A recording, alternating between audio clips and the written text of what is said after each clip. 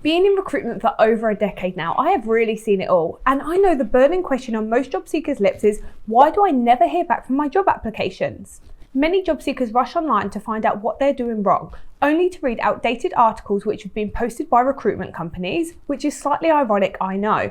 If this sounds like you and you are at a place where you're just hitting your head against a brick wall, then this video was made with you in mind. I have really cracked the code when it comes to understanding why job seekers do not hear back from their applications, and by the end of this video, you'll know what you can do to take action today to maximise your chances of hearing back. The whole mission behind this channel is to make job searching a more understood and enjoyable process, because I really do believe that anyone can secure their dream job with the right plan of attack in place. If this sounds like what you're looking for, give me a thumbs up and hit subscribe so that you can make yourself the most employable candidate in the market. Believe it or not, there are a handful of applicants out there who rarely get ignored by recruiters, and the information you hear today will help you make this your reality also. Now, there are definitely some bad recruiters out there who don't get back to you, but often it is because your resume doesn't project the right information and the recruiter just hasn't felt compelled to call you. Okay, I'm sorry for the truth bomb, but recruiters make a lot of money, often tens of thousands of dollars, to place you into employment, so I promise you they are not just sitting on your application for the fun of it. It is most likely that your resume simply isn't being seen as it doesn't project the right information, or it is being seen, but again, it doesn't project the right information once it is opened. Now, before we get into what to do to overcome that, let's start with why recruiters don't get back to you from their perspective. Whilst all good recruiters know the importance of common courtesy and getting back to all of the job applicants, this isn't always their reality. And the purpose of me telling you this is because I don't want you to take it personally and feel disheartened if you get ghosted. You will never hear back from 100% of your job application, no matter how great your experience is, and here's why. Well, the first reason why recruiters don't get back to you is because they also get ghosted by their clients all the time. And honestly, this is a daily occurrence in some industries. Sometimes if we don't call you, it is because we literally don't have anything to say, as there aren't any updates and we're just as much in the dark as what you are. Sometimes we simply just close the role off because literally nothing happens with it and the client goes MIA. The second reason could be because recruiters are extremely time poor.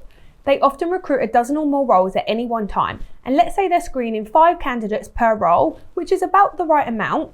They will already have 60 people to speak to in a week, and that's not including all of their other duties, including client contact, making business development calls, taking in job briefs, searching databases for specific skill sets, reporting, contracts and compliance, booking interviews, providing interview feedback, payroll, writing adverts, advertising roles, and general day-to-day inquiries.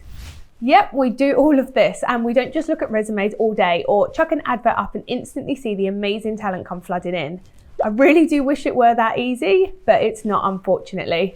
I don't think you'll ever meet a recruiter who will tell you they're not extremely busy juggling a million things at once. There is always something to do.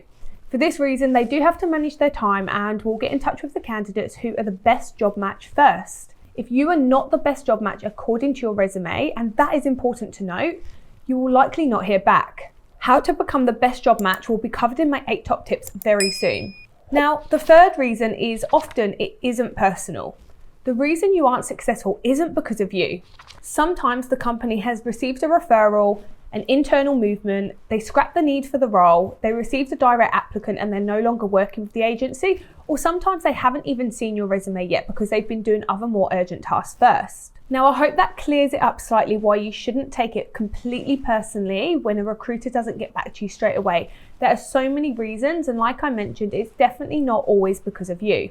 In saying that, there's definitely some ways you can maximise your chances of hearing back. So if you are ready to put your best foot forward, give me a thumbs up and stay until the end, as the 8 proven tips to success that I will share have been used to help thousands of people worldwide, and I know they'll help you too.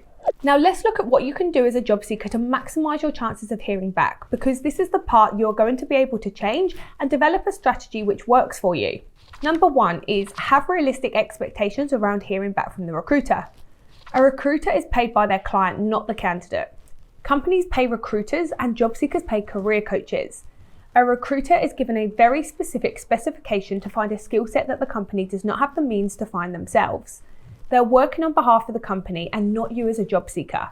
It is your responsibility to take ownership of maximising your chances of hearing back by investing some time when applying for roles to tailor your applications and sell yourself as the best possible match for each job advert. Clients often pay tens of thousands of dollars for the service of a recruiter finding a skill set they cannot find themselves. For this reason, if you do not meet the specification, you'll simply not receive a call back. Tip number 2 is ensure that you project the right information on your resume. If you have not made it clear how you are the best fit out of the hundreds of other applicants and prove why the recruiter should call you over the other applicants, you will unlikely receive a call. Job searching is highly competitive and you want to put your best foot forward with every single application and include as much information as you can about how you solve the company's problem and have valuable skills to offer. The goal of every single job application should be to prove you have the potential to fulfill the role requirements better than anybody else in the market. Tip number 3 is never assume that because you apply online, your application is seen. This is not the case, unfortunately, and if you watch my video, which I will also link here, called How Recruiters Find You, you will know that computer systems and AI do all of the sifting and sorting, and only 15% of applications are ever opened.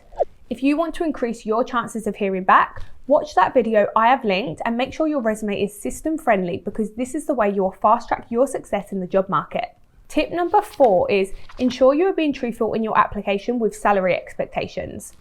Everyone wants a 6-figure salary for an entry-level role. It would be amazing, wouldn't it?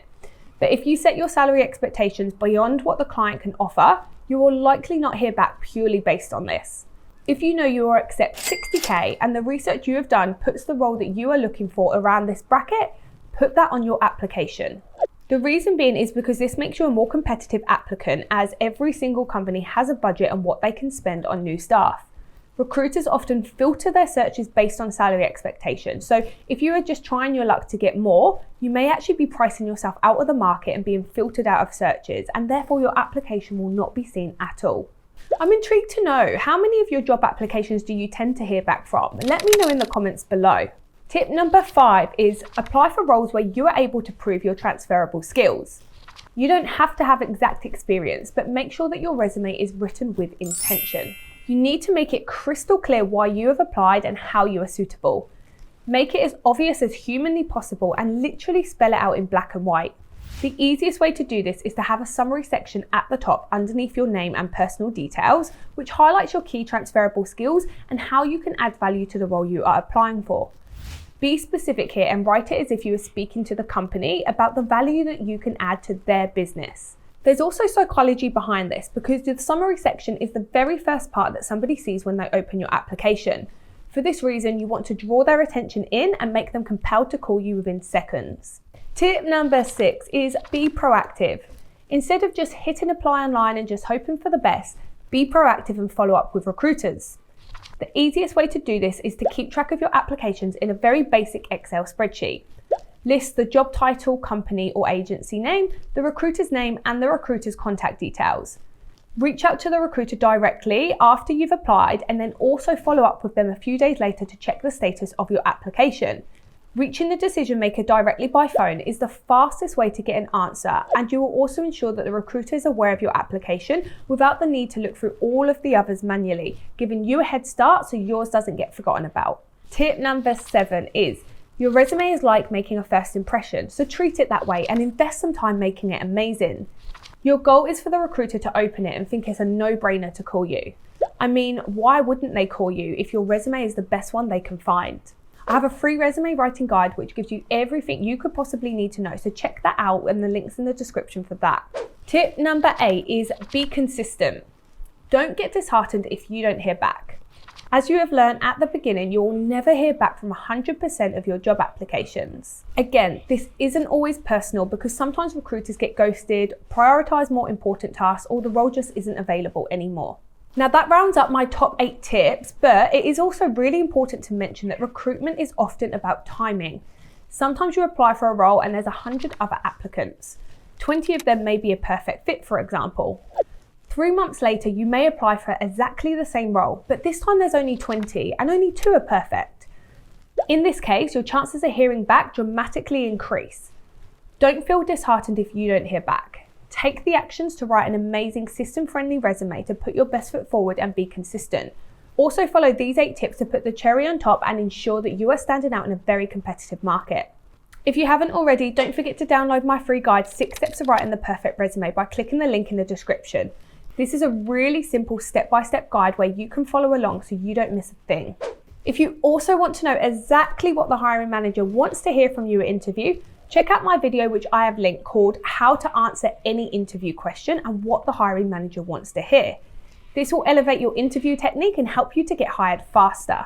That's all from this video. Thank you so much for watching, and if you did learn something, don't forget to give me a thumbs up and hit that like button.